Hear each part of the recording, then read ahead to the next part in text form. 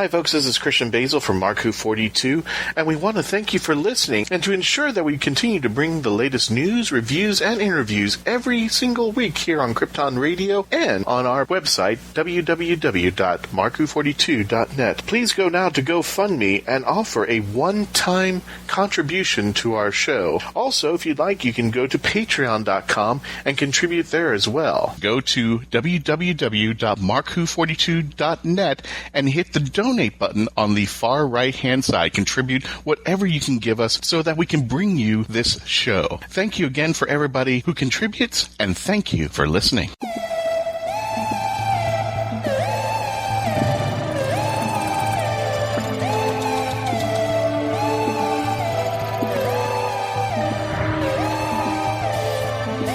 This is Paul McGann, the 8th Doctor, and you're listening to Mark-Who42. Welcome to another episode of Mark-Who42, taking you to the Whoniverse and beyond. I'm your host today, Christian-basel, and with me on the panel today are... Trish-helm and Eduardo-m-freyre. Are we sure we want people to be listening to this episode? Yeah, we have to. That's the cause. We do a review of every episode. And... Are you sure they should be listening to this? Well... Their lives may depend on it. There you go. Or at least their sanity. Yeah, and just make sure you get that little stuff out of the corner of your eye over there. Anyway, welcome, folks, to another episode. Today's episode that we are reviewing is Sleep No More. And I don't know why, but I thought of the War Doctor saying the title. I can see her coming out there. Sleep no more. Sleep no more. Sleep no more. We need to ease into this gently, I think, Christian. So I don't know. We should do news first, shouldn't we? Yeah, we should do news Let's first. do news first. That's right. And without further ado, let's go to the news first. Whatever you do, don't listen to this Mark-Who42 news with correspondent Patricia Helm. Don't listen. Your lives may depend on it. Oh, there you go. All right, Trish, take it away. The news. All right. Well, Titan Comics and BBC Worldwide, they've announced a brand new miniseries of comics that's going to star the Fourth Doctor and Sarah Jane. Woohoo! Haven't I been saying that I want this? Haven't I been saying I wanted Titan to do something with the classic Doctors, especially 4? Haven't I been saying this? Yes, you have. Do you want anything that has to do with 4? Well, anything? maybe not anything, but... Oh, you love, you love him. You know that. Yeah, we might want to curtail the boundaries on what anything means these days.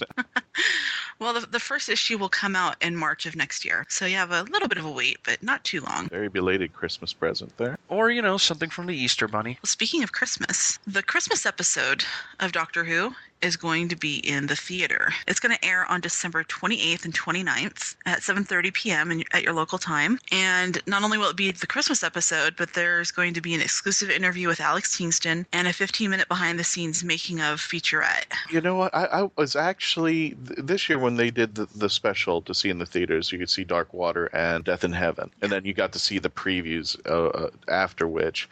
I was really excited to go and see it in the theaters and pay a little bit of a substantial amount of money, but it was worth it. It's Doctor Who and such. What kind of kicked me in the end was that the next day on YouTube, everything was able to be seen. The preview, the Will Wheaton episode. I mean, it just disappointed me. It's just like I shelled out all this money and said, you know what, if I just waited 24 hours, I would have had everything on YouTube at home. That's actually a reason we decided not to go. Oh, really? Well, not only was it in 3D, which I'm not a big fan of 3D, I knew that by the next day, everything was going to be online anyway. I'm not a big fan either, and because of my stigmatism and the way that my eyes are, I can't stare at a 3D movie for too long. The Day of the Doctor and Dark Water and Death in Heaven, when I was watching, they weren't really like too heavily 3D. If I were to watch Star Wars and watch the TIE fighter flying through the stars, and that goes on for about 10 minutes, I will have headaches for hours on end. But the 3D that I see in the theaters, that's okay. But I think it's more of the novelty that you are actually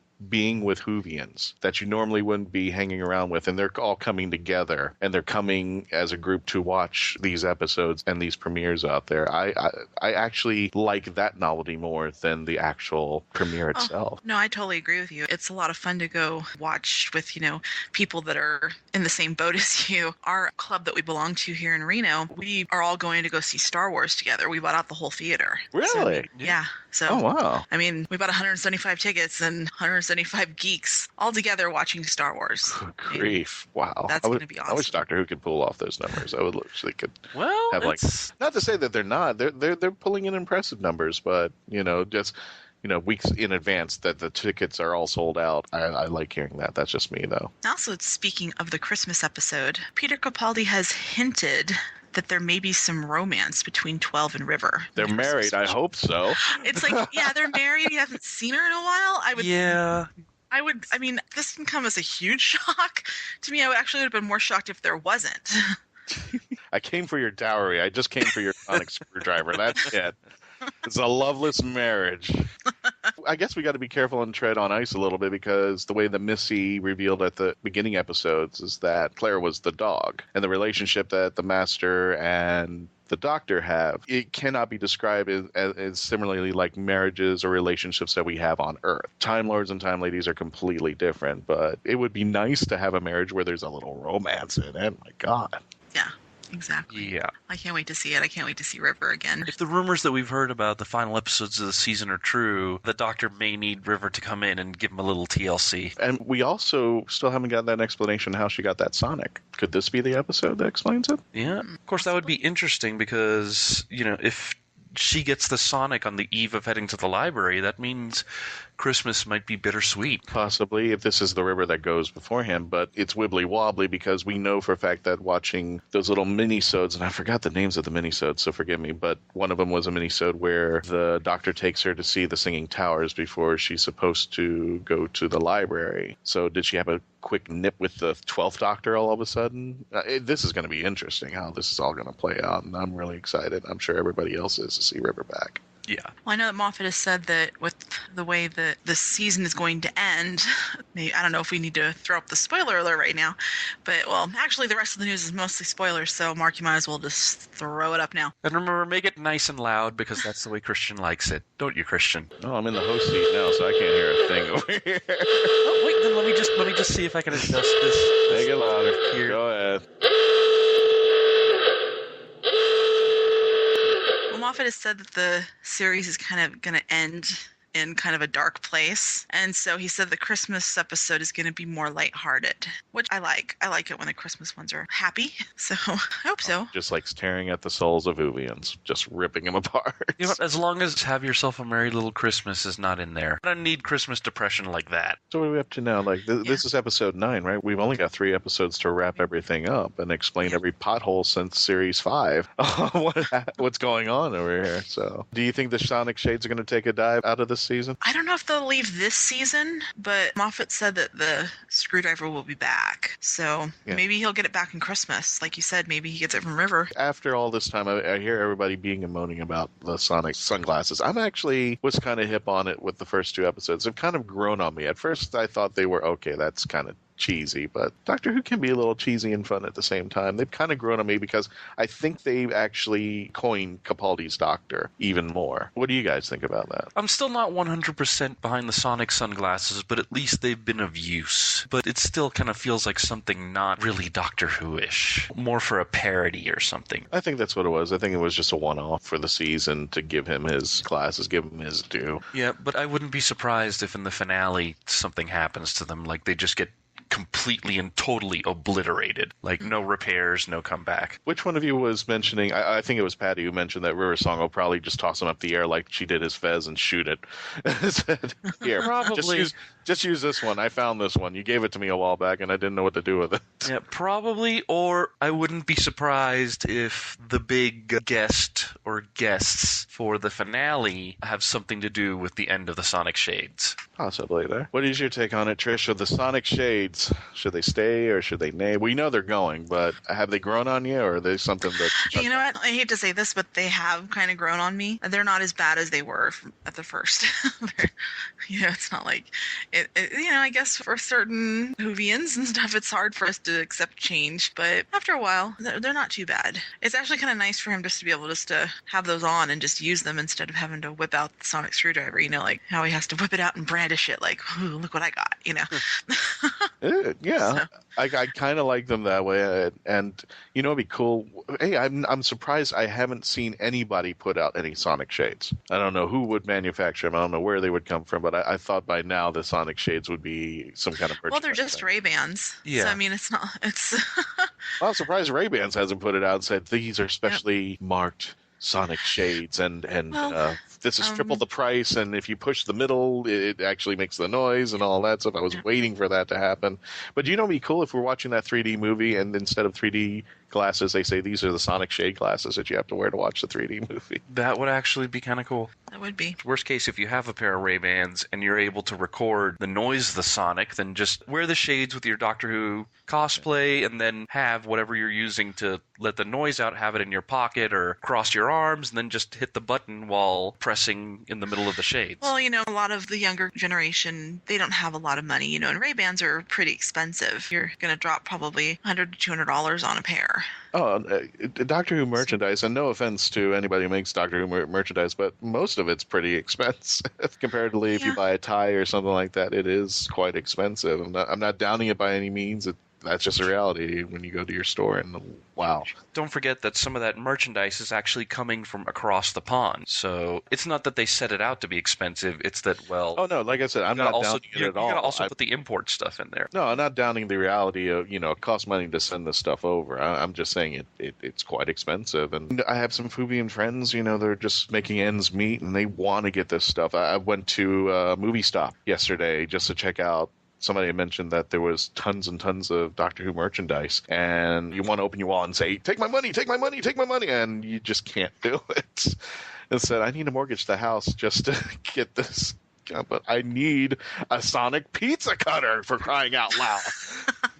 I could get this replica 10th Doctor coat, or I could eat this week. Exactly. And ramen noodles gets boring and loses its novelty after a while. But I even was sitting there contemplating. There was a Sonic screwdriver toothbrush, and then I had to buy the batteries for that. It's just like... I actually have a Sonic screwdriver vegetable peeler. Yes.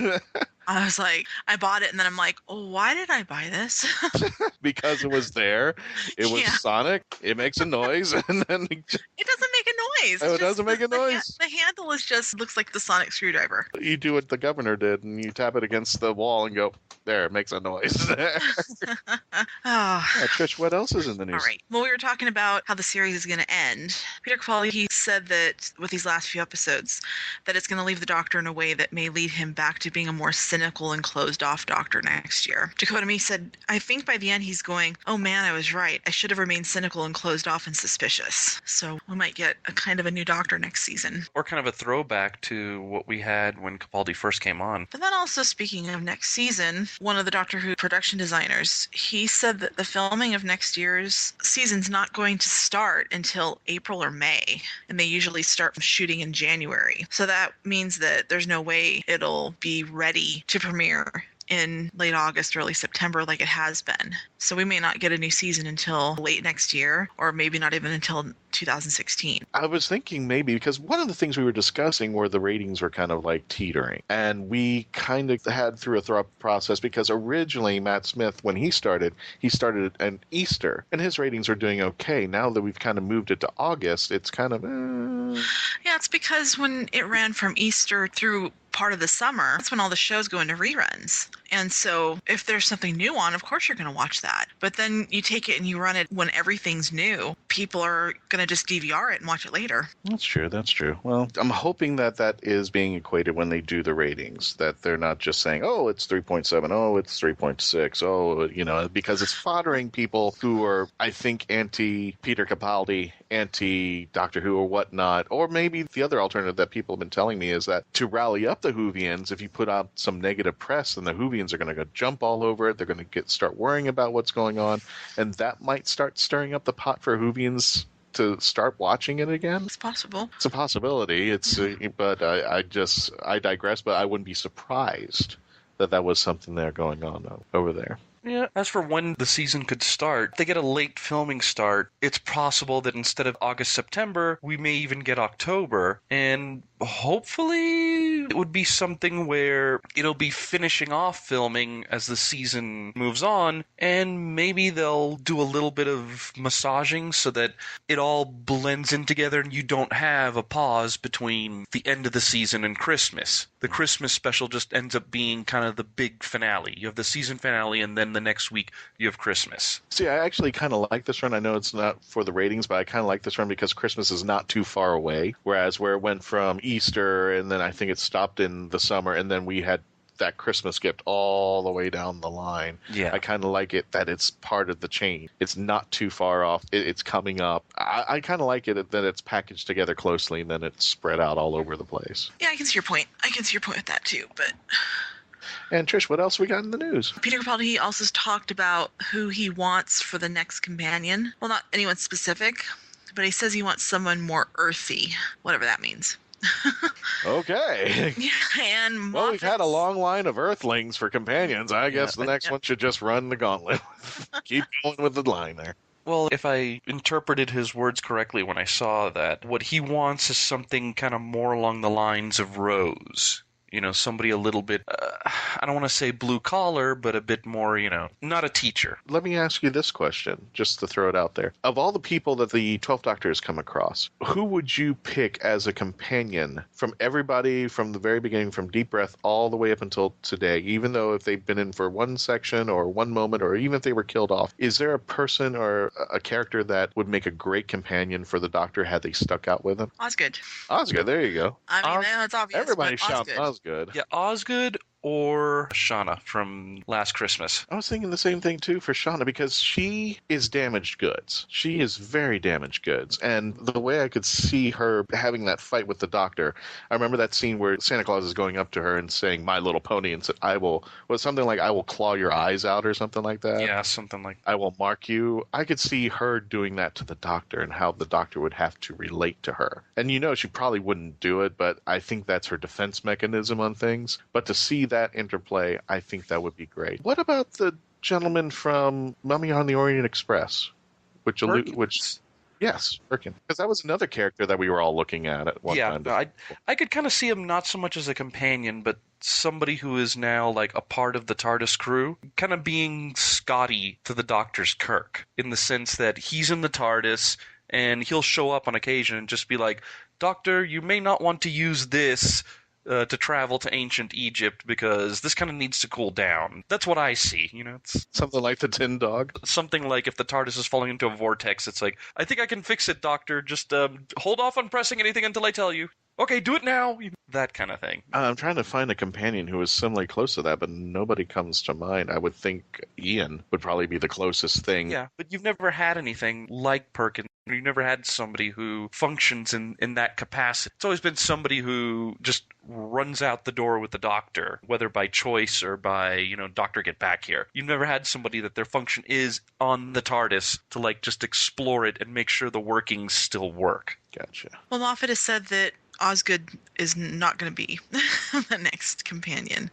So that he likes where he has her, and that's where she's going to stay. And then we would have to decide, is it the human Osgood or is it the Zygon Osgood that's flying around? If that becomes more running thing, then okay, keep Osgood where she is, because I don't know if I would want to go through human or Zygon every single week. Now, despite what Moffat said last week about Clara being gone forever, he has now said, "You can never say that someone can never come back. They always can, but it's a show about time travel, so it's entirely possible." Unless you're the Pons and you're stuck wherever because of the plot hole there. Unless he lands in New Jersey and walks over the bridge to where they are. Yeah. Well, should we get into the hardcore spoilers? I don't know if Mark has a hardcore spoilers. I don't know if he has an alert for that? Mark, if you have a hardcore spoiler alarm, this is the time to use it. Yeah, this one is, boy, if you really don't want to know what's coming. Okay. Yeah. Wait a minute. We've never tested this button, the hardcore spoiler alert. Should we try it? Sure. Okay, here it goes. Let's do it.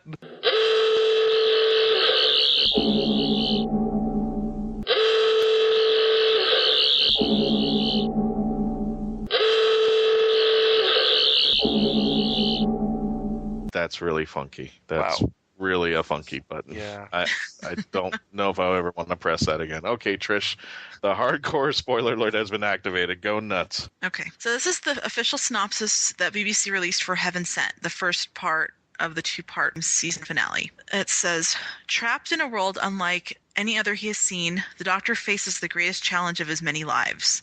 One final test, and he must face it all alone. Pursued by the fearsome creature known only as the Veil, he must attempt the impossible. If he makes it through, Gallifrey is waiting. Whoa. I would say that justifies the hardcore spoiler alarm, don't you, Christian? Oh, yeah. Like I said, I'm Definitely. speechless. I am speechless right now. Before that news came out, I've noticed there really hasn't been anything about the final 2 episodes. It's been just this total unknown. And, well, I guess I understand why now. I mean, how do you preview this? How do you... Here, listen to this. This is the official synopsis for Hellbent, the second part. If you took everything from him, betrayed him, trapped him, and broke both his hearts, how far might the Doctor go? Returning to Gallifrey, the Doctor faces the Time Lords in a struggle that will take him to the end of time itself. Who is the hybrid, and what is the Doctor's confession? Oh, so that little confession dial is going to finally reveal itself. Yes, because it has also been revealed that the Sisterhood of Karn are back for this episode. Really? And directed by Rachel Talalay, who did the series finale from last year. So this is going to Yes. be... Speaking of Rachel Talalay, she has said that Moffat layered a lot of things throughout the series which you never thought were important. She said you have no clue what the series arc is or how Clara leaves. Oh, boy. Yeah, I would say she's got a point there. Well, here's an interesting thought. I'm just going to throw this out there by what you just read to me. The Doctor's confession can only be revealed when he dies, so wonder what would happen if the storyline is for Gallifrey to come back, the Doctor has to die. Ah, there we go. And the confession brings back Gallifrey. Yeah. I actually heard somewhere somebody, I think it was on Doctor Who TV, was postulating what if in Face the Raven, the one who dies is the Doctor? And the thing about Heaven Sent and Hell Bent is the Doctor trying to get back to life. Because remember, the Nether Sphere is still out there. It got emptied, but it's still out there. It's a possibility. So we're saying that the character who's supposed to die is the Doctor and not necessarily Clara? Yep. Or with Face the Raven, we saw the little trailer at the end of last night's episode, and Rigsy has this tattoo on the back of his neck. It says 537. Well, Yeah. Found out that 537, that's 537 minutes that he has left to live because he's being executed for a murder he supposedly committed, but he can't remember doing anything. So the Doctor and Clara are trying to exonerate him.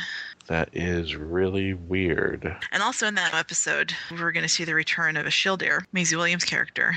And we're also going to see the Jejune come back. Awesome. But they said there's going to be a huge shock, something absolutely massive, and something you don't want to ruin for yourself. So, I don't know. Well, the sun will throw it out there just in case and ruin it all for all of us. And Moffat has equated Heaven Sent. It's, the Doctor is the only character in the whole episode. It's basically a 45-minute monologue with the Doctor, and he says that it's putting the Doctor alone in hell. So Death in Heaven and Heaven Sent. So this is interesting. And then next season will be Heaven Help Us, and There you go. then the season after that will be Heaven Can Wait. It just can't be a series finale for Capaldi unless Heaven's involved and Hell's on the other side. So there we go. Trish, is there anything else in the news today? No, that's pretty much it. I do have some birthdays. All right, hit 'em. Birthdays, go!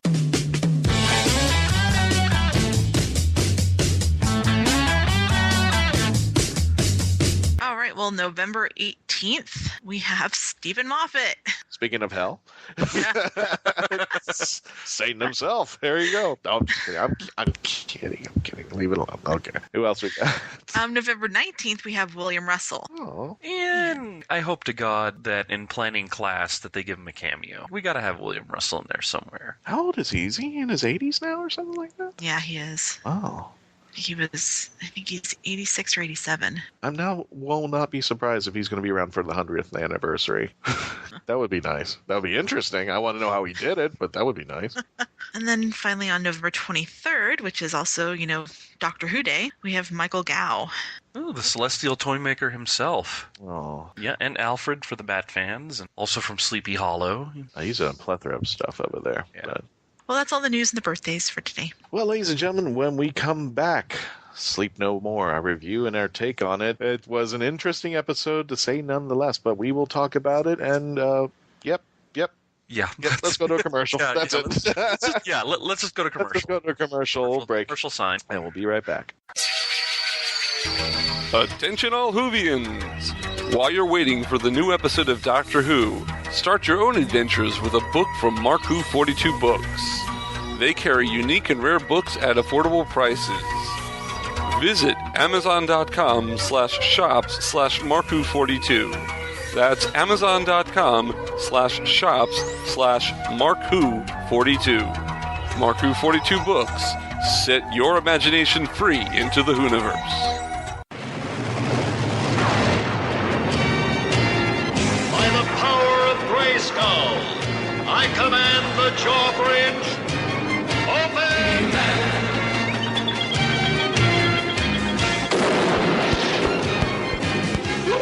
The Powers of Grayskull series will cover every episode of all 4 Masters of the Universe cartoons. Join Optimus Solo and myself, TF2 and Mike, as we tell tales of Eternia, discover the myths of Etheria, become masters in space, and finally Masters of Grayskull. We'll have a commentary on the Secret of the Sword film and a few other special episodes. You can find this 125-episode-long podcast in iTunes and on the web at geekcastradio.com. By the power and honor of Grayskull, we all have the power. Yeah, I hope I didn't miss anything exciting. The voice of Christian-basel, take 1. Hi, I'm Christian-basel, and I would like to provide my voice for all your voiceover needs, such as... Okay, like an announcer. Like a what? Like an announcer. For all your voiceover needs, such as animation, radio, announcements, introductions... Now an old man. I can even record voicemail for all the Meshuggahs that call you. A pirate. Arr, and it won't cost you a lot of treasure for me services. Arr. Creepy movie voice. Just call 407-761-2679. 407-761-2679, or email voiceofchristian-basel@yahoo.com. Well, how was that? That's a wrap. This is Elisa Stern. And this is Scott Ampleford from Dr. Puppet, and you're listening to Mark Who 42. Welcome back to Mark Who 42, where we take you to the Whoniverse and beyond, but right now the TARDIS is going to be landing right here in the Whoniverse as we talk about Sleep No More. So does anybody want to start it out? Because I'm going to sit here in the corner. I'm not exactly sure. I feel I want to be candid, but I don't want to be mean. I don't think I'm going to be mean about it per se, but I just... Okay. I have 3 words. Go ahead. 3 words. I booger monsters. Ew. Seriously? Yeah. I guess that's 4 words. I just couldn't believe that. I mean, first off, this is written by Mark Gatiss, which I'm totally surprised by. I mean, I know everybody can't have 100% of great episodes, but this one, the fact that they made it so that there's this, pod, a sleep deprivation pod or something called the Morpheus that cuts down your sleeping cycle to 5 minutes, and so that you only really have to sleep once a month so you can be more productive, that instead of making it so all your dreams that you normally have or your nightmares or whatever, those are the monsters that are coming to life, which would have been more plausible than this. No, they're saying that the sleep crust that you get in your eyes, that you rub out of your eyes in the morning, right, that has collected and become the sentient monsters. That I'm just like, well, gross, but I know this is kind of we're not at the ending, and this is kind of, I don't want to say spoiler alert, but when they were talking about that, do you know what came to my mind? Is that Weeping Angel scene where Amy rubs her eyes and this grain of sand and all the sand starts coming from the edge of her eyes. Oh, I didn't even think about that. Do you remember that scene? Yeah. That was what I was thinking about. And then all of a sudden, these were like sand monsters, and I was thinking sand makes stone. These are new sets of Weeping Angels? I doubt that. I doubt that that's even in the cards, but that was the first thing that came to my mind when I first keep on mentioning you have that sand in your eye. I'm like, oh, it's Amy Pond clearing out her eyeball. Yeah, as far as the episode is concerned, I don't hate it, but at the same time, I'm not. I don't know. I don't hate it, but I'm just like, I can't. I'm trying here. I really am, because I love Mark Gatiss. It's just I can't. I don't know. I think in general, if you're following with me, Ed, I think we all agree we've always criticized the episodes that were two-parters or something that was more of an info dump. This is the ultimate info dump. I couldn't even find the story. It wasn't even the doctor came in, rescued, and now what? What did we learn? What did we see? Yeah, what did we get out of it? What is the ultimate message? None of that was in there. It was an info dump from beginning to end. Yeah. And then it had a sad ending, if you will, or a downer. The Mark Gatiss has said that he has plans for a sequel to this. So I'm guessing for next season or something. But there were no credits. It just went right into this, found footage thing, which I guess that makes sense why you wouldn't have credits. I mean, they had that flash of that screen with all the letters and numbers on it. And if you looked in there, it spelled out Doctor Who, but you also saw the names of all the characters and things. Which I thought was funny. I thought that was a genius idea. Not only that, but I'm thinking that Mark Gatiss was watching Matrix when it all happened because of Morpheus. The Morpheus pods. I was just like, okay, this is the Matrix. Or at least that's what we're paying homage to. That's what I got out of it on those two ends. Though we saw all those little letterings making the title and the credits. I thought that was a cute idea. And it gets right back into the story. But I do miss the theme. I mean, the theme is what generates, it pumps up every Whovian we hear. Dun, dun, dun, Yeah, dun, dun, dun. the first time we watched it, when they went to that first commercial break, I'm like, wait, no credits? Really? No, I think they even mentioned that this was the first episode that they were kind of doing like Paranormal Activity, where it's all viewed from a camera, and it had to feel like it. So there wasn't going to be really any credits. I thought I read that somewhere. They weren't even going to have an intro. We reported that a while back. It wasn't a big surprise, but it was reported a while ago, so I actually did kind of forget about it. I thought it was one of those things that was like just a rumor. I didn't think they were seriously going to do it. I knew they were going to do it because I think, as we mentioned it, I thought that would be something that Mark Gatiss would have done because we want to take and try to do something different, and that's something different. But I thought maybe for once they didn't have the theme, but it's just that theme kicks everybody up. That's a pick me up. That's like, okay, now we're getting going, and like, okay, here we go. We got camera. Folks, I have to interrupt here for a second. Hi, this is Mark Baumgarten, showrunner of Mark Who 42. I just want to say, I liked this episode. I got it. I totally got it. This was not a Doctor Who episode. This was the Twilight Zone episode. Mark Gatiss has even said this was not written as a Doctor Who episode. It was written as a horror story first. And I think it was a horror story that just had the characters of the Doctor and Clara in it.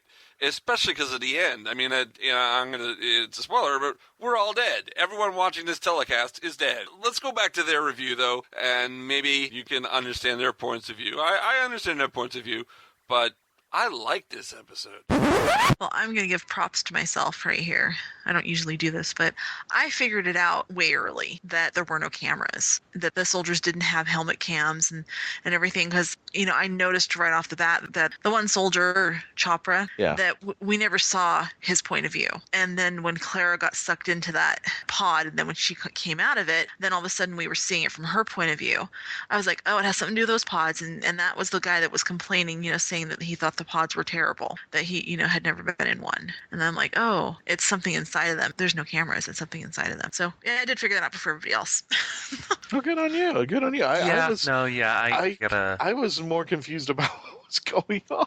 And when they mentioned the cameras episode, what I was under the impression is I thought they were doing like Paranormal Activity where they were going to have the one camera following everything around. When you saw multiple cameras, I thought they were taking it from the impression of the Triton, like all these cameras that were on the rescue ship and all these cameras that were inside the facility. That caught me off a little bit off guard. I was like, oh, okay, they're taking from the perspective of everybody who's been in the Morpheus things. Why?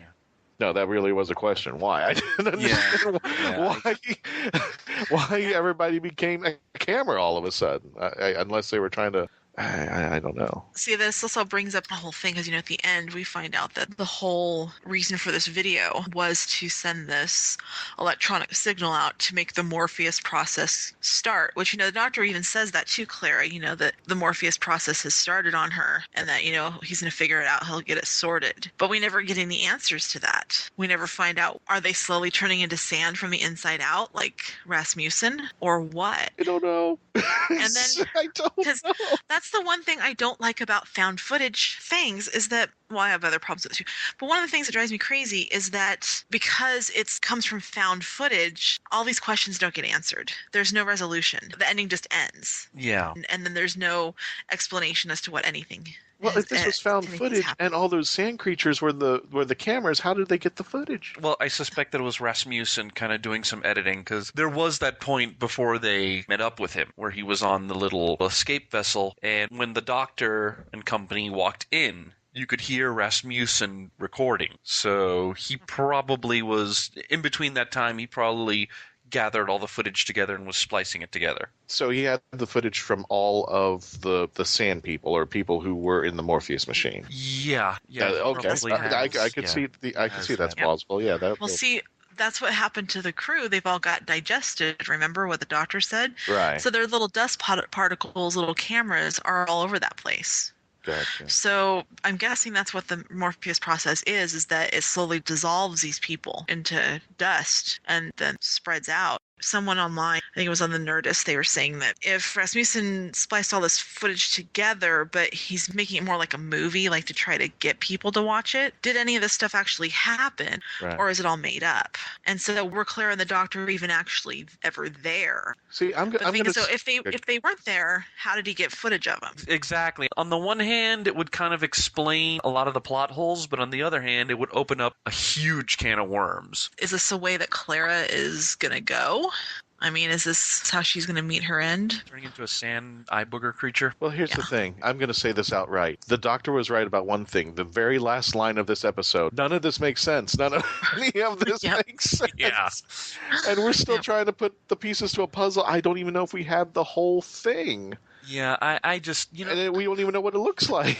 The found footage phenomena, the nicest way I could put it, its day came and went. I think it could have worked if it was just from a perspective of one camera that was tossed around and everything, and then you got to see out in perspective. Like, let's just say, for an example, we saw Claire, she ran out, and all of a sudden she looked like she died. Or the doctor ran off and looks like he was jettisoned into space, or something like that, to where we're looking at one perspective, we can't see from all the angles. But the Sandmen having all the perspectives, why do we even have this? Why do we have the perspective? We could have all the perspective like if we saw a traditional episode.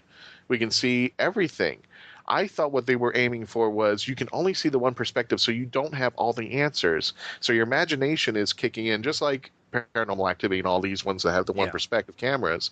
You are coming up with the story in your mind, and hopefully it matching up to what's going on. So to me, if they had followed that process, that would have worked. But everybody had a camera. So what was the point? We could see everything. You're right. It's like a cop-out because it's like not only is there a camera on every person, but every speck of dust can be a camera. Exactly. So that just means, they can just shoot from wherever they want to. It's like they do the found footage thing, but they're not playing in the right parameters of it, for it to be believable. Yeah. So it's just like whenever the doctor was looking at Clara or something and we're at her perspective, and I'm just like, it's just like breaking the fourth wall. You know what I mean? Yeah. I do have to say, though, for me, I think one of the best uses of the whole found footage thing, and it wasn't even used for an entire episode, was the sci-fi series Babylon 5 did have an episode where the first half was a news crew going to the title location and filming, and the second half of the episode was the actual broadcast itself, and that actually was used to great effect. Especially because one of the things it did was that the news station itself was heavily biased. So first half of the episode, they're like, no, just go about your daily lives. We want to get the real story. But then you see the actual broadcast itself, and it was clear that they did clever editing tricks and that they're spinning everything that you saw. So, I mean, in that instance, it worked. For me, one of the episodes that I think worked with the one perspective of one camera, there was an awesome episode of MASH where the camera was supposed to be a patient that goes through the MASH Yeah, I unit. remember that. There you go. And that is one of the best episodes. And it's just that one soldier's perspective through the entire episode. And the soldier doesn't even talk. Everybody's talking to the soldier, and he's just nodding his head. He's got an injury to his throat where he can't see. talk. Yeah, no, that's a great episode. But what I didn't like about this monster is all I had to do was release the gravitational field and get out a dustbuster, and I could defeat them all. Yeah, there you go. I mean, we're done here.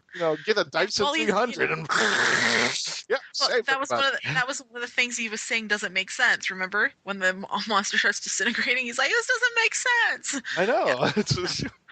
See that kind of makes me feel better, Trish, because then it says, okay, we could just take the fan that we have in our bedroom, and one of those monsters attacks us. We'll just put it full blast and point it in its direction. Done. I just wish maybe this was a two-parter if we had the episode behind it, because I know Whovians are just probably right now scratching their head going, what did I just watch? Well, we had a viewing party last night, and one of the kids that was there, she's like, so we get to find out what happens next week, right? And we're like, nope. No, this is not a two-parter. This is a standalone.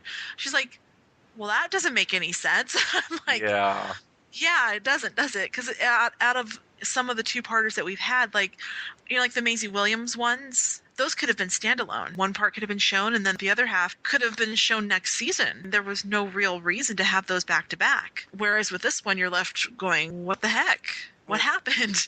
What's going to happen next? Yeah. The ending with Rasmussen, and then, he kind of peels his eye out, and then you see that that was really effective, and I thought that was actually a really good, creepy ending, if only they had had one little something to buffer it, to explain some things. But, well, first of all, it reminds me a little bit of the ending to the movie Halloween 3. Because it had a similar sort of, oh God, don't watch this, you watch this, the world's going to end type of thing. The other thing, I like to call this ending the X-Files or the Twilight Zone ending.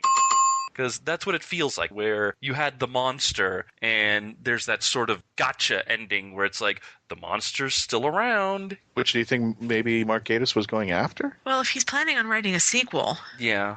Maybe that's what he was looking for. Maybe this was a Twilight Zone. We're so comfortable about has to have a story beginning and ending and a message and a reason. Now we have a story that is kind of Twilight Zone-ish that maybe it took us out of our comfort level. Like, okay, we're not used to this. Maybe we had to watch this 3 or 4 times. What I think I would have appreciated more is when Claire and the doctor opened up one of those Morpheus machines, Amy Pond would have been sitting there going, okay, kids, this is where it gets complicated. Yeah, no joke. Honestly, I do hope that if there is a sequel plan that will kind of answer more questions and resolve things, I hope that it's already a done deal. Because in having this as a standalone episode with 3 more episodes to go in the season, if they turn around and they go, yeah, this episode didn't do so hot, we're not going to follow up on it, it's just going to hang there. And it's just going to be hanging there for all eternity. And as much as I didn't enjoy this episode, although I tried to, I don't know if I would want to have all the plot holes and whatnot that it opened up just never resolved. Well, this was basically taking the first part of listening and expanding it to a full episode. Oh, I just found something. What's that? Apparently, it's not that Mark Gatiss wants to, or had an idea for a sequel. Stephen Moffat has asked him to write a sequel. Okay, please do. Yeah. I want to know how this ends. Yeah. Was Gatiss the one that came up with this idea completely? Oh, it doesn't say, but... Because I have to wonder. I have to wonder, because, we're kind of shocked that this came from the mind of Mark Gatiss, who's done some great stories. Kind of makes me wonder, was this something that was handed to him? Did Moffat sit him down and go, Mock, I want you to do a found footage episode? And, Gatiss just tried his best with what he had. I think Gatiss would have came up with that idea. I think he's following the lines, like you said. Now that you've mentioned Twilight Zone, Ed, I think he was probably going for that. And here's a creature that the Doctor knows how to get one step ahead of everybody. The Daleks, the Cybermen, the Centaurans. He's always ahead of things. Now here's a creature where the principles do not gel, where the answers are not as simple as it seems. And the very end, he's going like, this doesn't make sense. So here's a monster I can't fight because I don't know what this is. I have an idea. And he figured out at one point that they were blind, but here's something he could not defeat. He had to run away. So maybe that was the case. Maybe it was harder to appreciate because we're not used to that as Whovians. We're not used to the Doctor losing, and he lost last night. He lost, but he also lost in Midnight. It took a companion, though, to save him. Yeah. And we had a message and a resolution of the story. But this one is just like, nope, I'm not dealing. I don't know what's going on. Bye-bye. Yeah. And for once, I would think the cloister bell would have went off. It's like, dude. No, Well, I guess he no. wasn't close enough to the TARDIS for it to kick in. Now, there was another thing. I think if you see the ending of the show, as Clara opens the TARDIS door with the key, if you look very carefully, if everybody else could also look too, who's the woman with them? I can't think of her name. Nagata? Nagata. She all of a sudden looks like she's crawling on the floor and getting up into the TARDIS with Clara, but then the next clip, she looks like she disappeared. Yeah, Look at that again. I'm serious. Look at the footage. Maybe it's just me, and all of our friends out there, take a look again. Rewind that ending and pay attention, particularly to the clip where Clara is putting the key into the TARDIS door. She opens it, and to her right, you can see Nagata crawling on the ground trying to get in the TARDIS, and all of a sudden it blips, and then all you see is Clara going into the TARDIS without her, and then the Doctor falling in right behind him saying his line. Just tell me if it's only me, but and let me know and talk. Yeah, I would probably have to watch that like 2 or 3 times, and just keep pausing in order to really this is definitely one of those episodes you got to go pause, and just really dig into the image. And what do you think about the computer making that guy try to sing Mr. Sandman? What was that about? You know what? Thanks to this episode, next person who sings Mr. Sandman, I'm going to punch him. Oh, no. The song's ruined for me. It's ruined for me. I can't.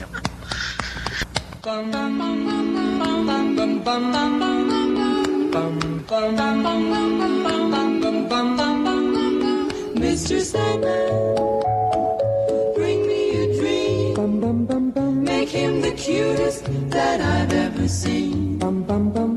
This one it wasn't a toughie for me, but I wanted to bring her to the first transgender actress we've had on the show. Yeah, 474. 474 Grunt. Yeah. Being that I thought because they brought her on that the story would revolve around a transgender story. That would be a bit. Yeah, you thought there would be a bigger.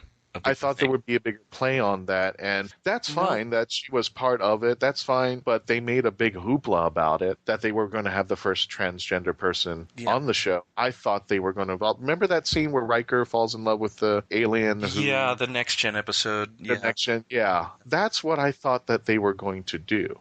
And I thought they were like the girl in the episode who was deaf. They used that as a device. Right, the one in Under the Lake and Before the Flood. Yeah. Yes. Yeah, that they actually used that as a device on the show, but here I didn't appreciate Grunt not as a character, but the way she was written in, because she just kind of like was there. Yeah. Well, see, this is the thing. There were things in there that could have really world built. The fact that when Chopra's trying to get in touch with Ando, they said, "May the gods ever be in your favor." May the gods look favorably on you. Okay, that was said a few times in a few different contexts, but why are they saying that now?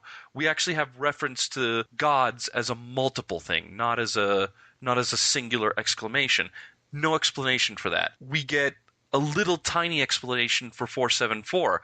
Apparently she was grown. She's like a cloned soldier, but nothing beyond that. It's just frustrating because it's like, okay, this is what we want to hear about. This is what we're interested in. This really would help propel the story along if we knew exactly what was going on with this. And not only that, Grunt showed affection. Right. Why couldn't have this been pushed a little bit harder? We have this wonderful character played by this actress. Yeah.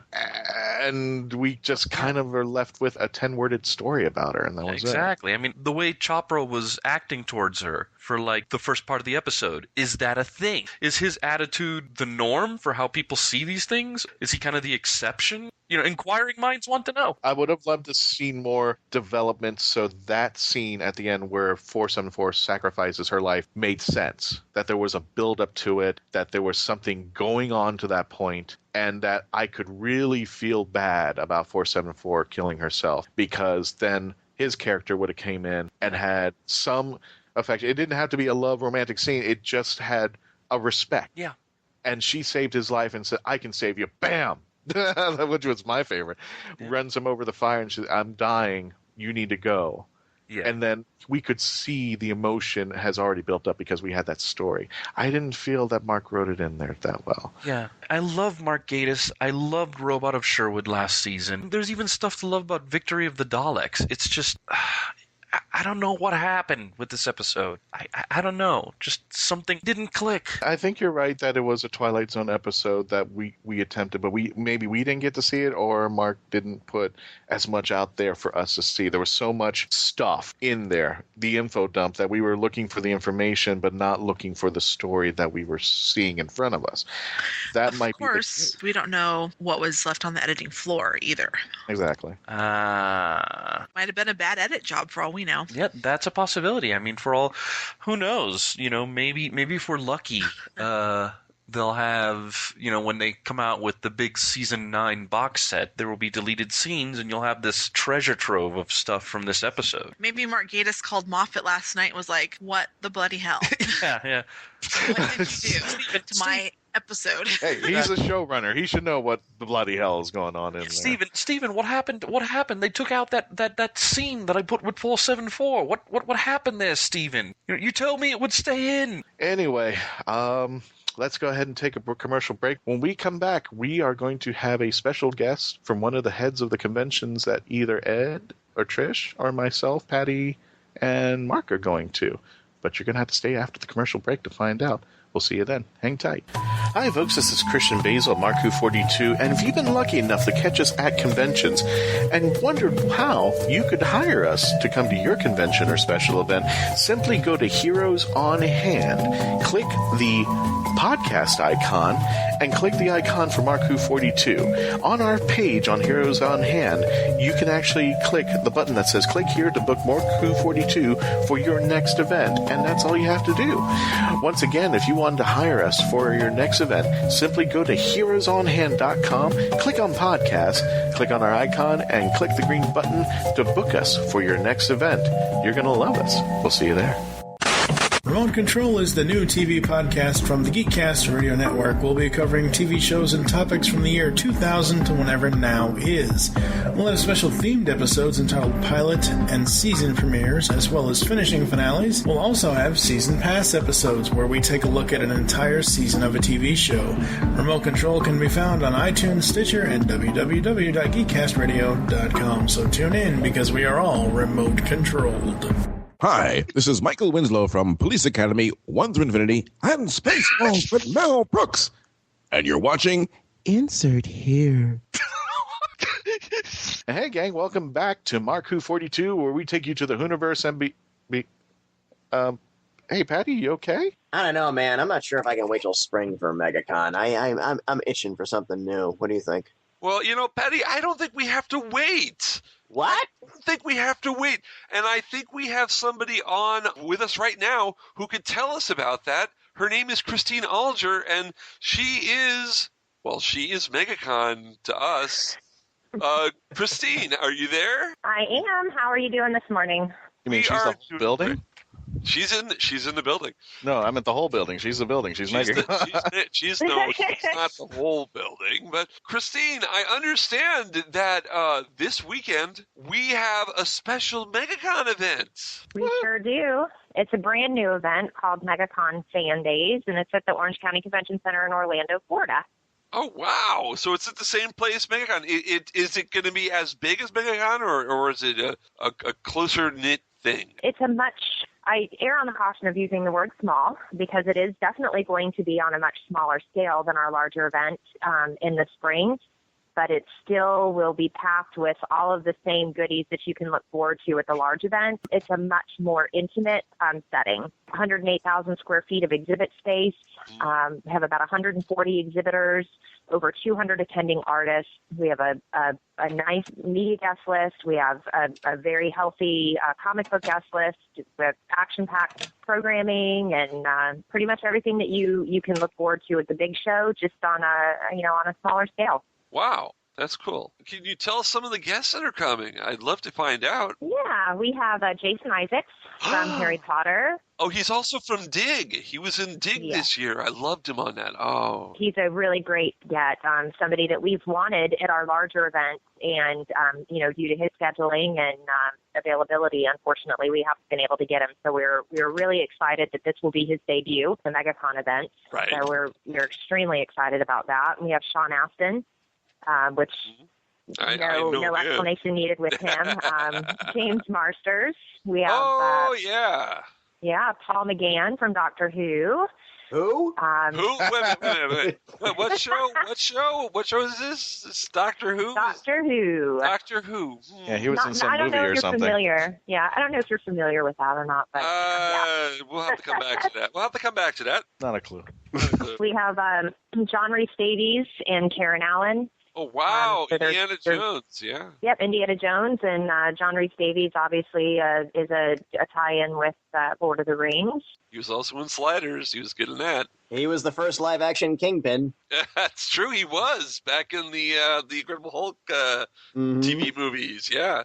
And then we have Sean. I've heard his last name pronounced many different ways, but to me, I would think that his name is Sean Mayer or Maher, so that rounds out the list. And I think you have 4 other people coming to help make it more festive and back to that Doctor Who thing, I heard.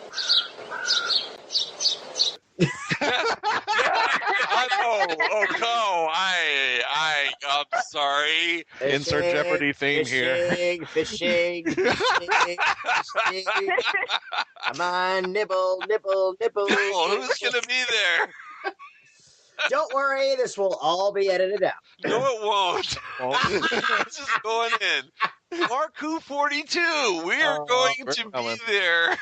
We're going to be there to host some Doctor Who panels. Isn't that right? Yes, and I know from past experience that your panel room will be jam-packed full of excited attendees that have the same love for Doctor Who, and I think that it's going to be a really great addition to the event. We're excited to have you. Well, thank you. You've got some comic guests coming as well? We do.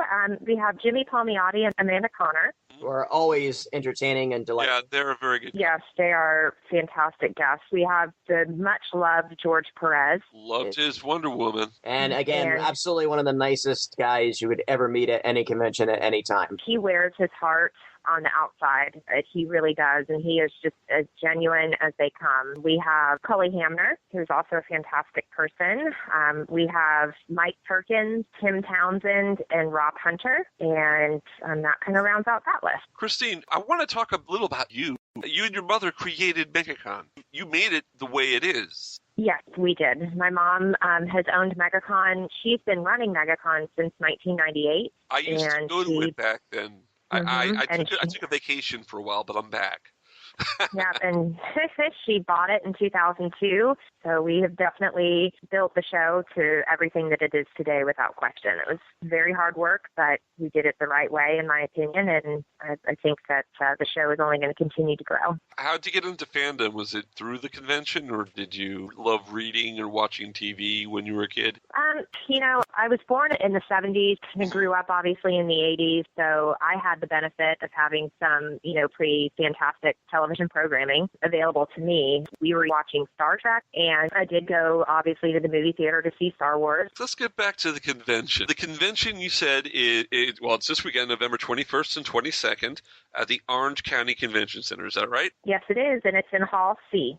Hall C. And, of course, for all you out there, that's in Orlando, Florida. So, hey, you can make a whole trip out of it. Go to Disney World, Universal, and definitely come to this convention. It's going to be a blast. And don't forget that we're doing the special match game. I believe that's being held on Saturday at 3:45. Check for programs, of course, subject to time and dates and any changes that might come up on the schedule. But we have a special edition of the match game that the 4 of us will be, Patty's going to be hosting, and the 3 of us, including Kayla, will be on the panel with some other celebrities. So we definitely want to come out and have a good time out there. And we'll be hosting 5 other panels. And on Sunday, I'm not going to reveal too much of anything, but something special might be going on. We'll just leave it at that. Wow. That we might be included in, so we'll just leave it out there. For your listeners, the panel schedule is available online. I urge you to keep watch on the virtual copy because that will be the most up-to-date right up to the event. And the URL for the website is? www.megacon-fan-days.com. What's your current geek cred right now? Doctor Who, Star Trek, Star Wars. You were mentioning Star Trek of the original series, but anything comes to mind right now? I watched The Walking Dead. Oh, there we go. There we go. And I'm binge watching Downton Abbey right now. But isn't that a great show, Downton Abbey? I love that. It is. I honestly, not having a tremendous amount of access to television as a child, I think I carried that on through. I really don't watch television now. I will DVR, a couple of shows. But a very good friend of mine kept talking about Downton Abbey, and I got a little bit intrigued. So I bought all 5 seasons. Well, season 6 just aired in England. Season 6, the last season, just finished airing in England. I can't wait. I have 2 more seasons to go, so I am trying very hard to get caught up so I can start watching it from the get-go.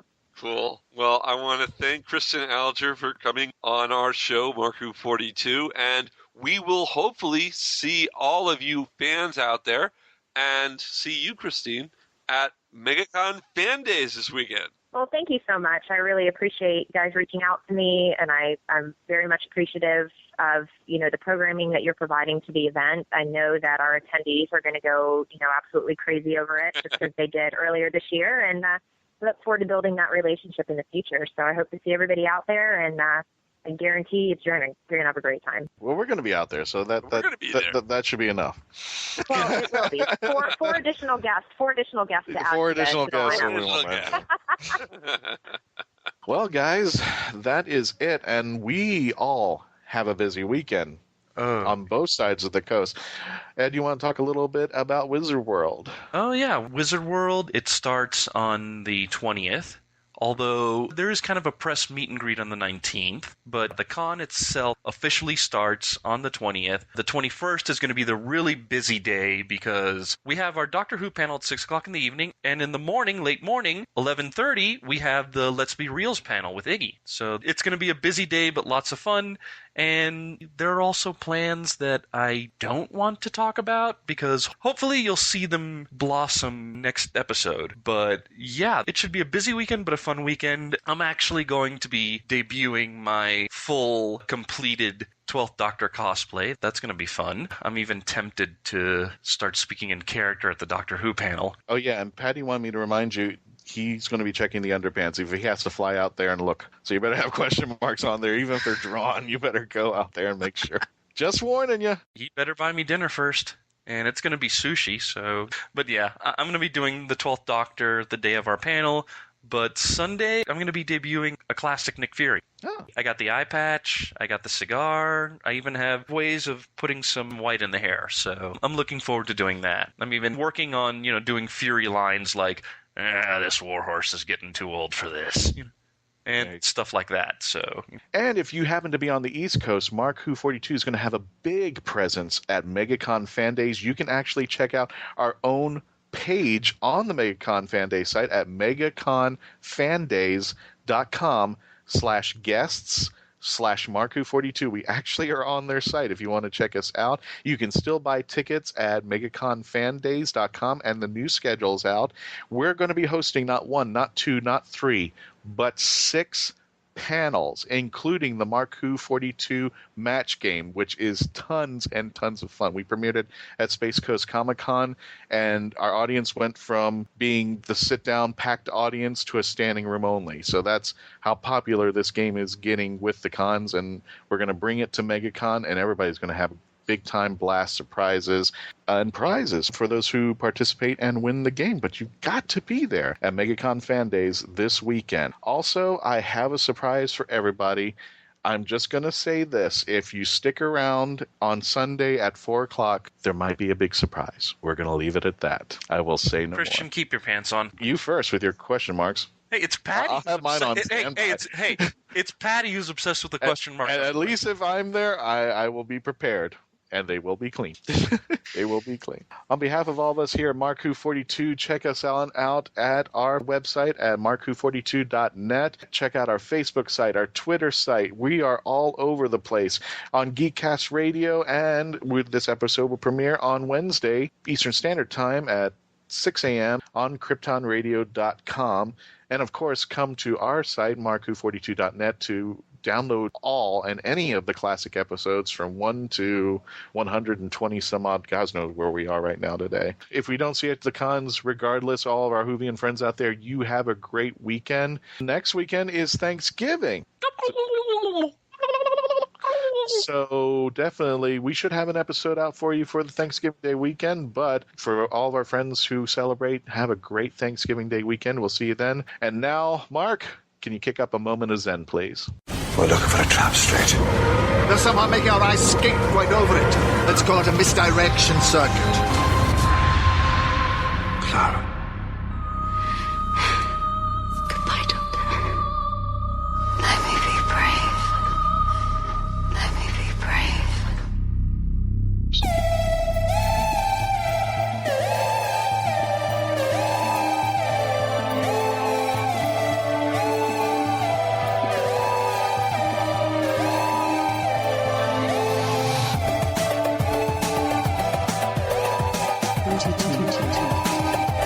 Mark Who 42 was written and presented by Mark Baumgarten, Trish-helm, Christian-basel, Patty-Hawkins, and Eduardo-m-Freyre.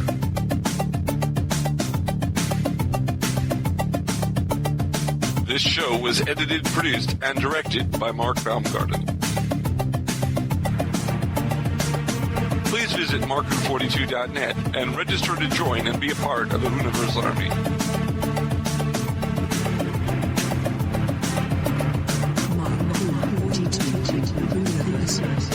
We can be contacted by email at mark@mark-who42.net with the subject line ?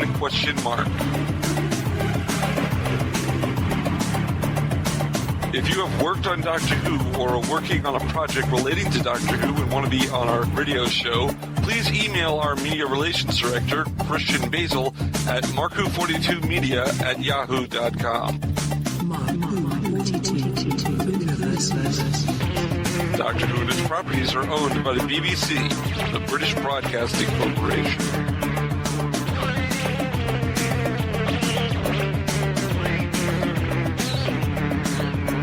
This show is owned and copyrighted by Mark Baumgarten, 2015.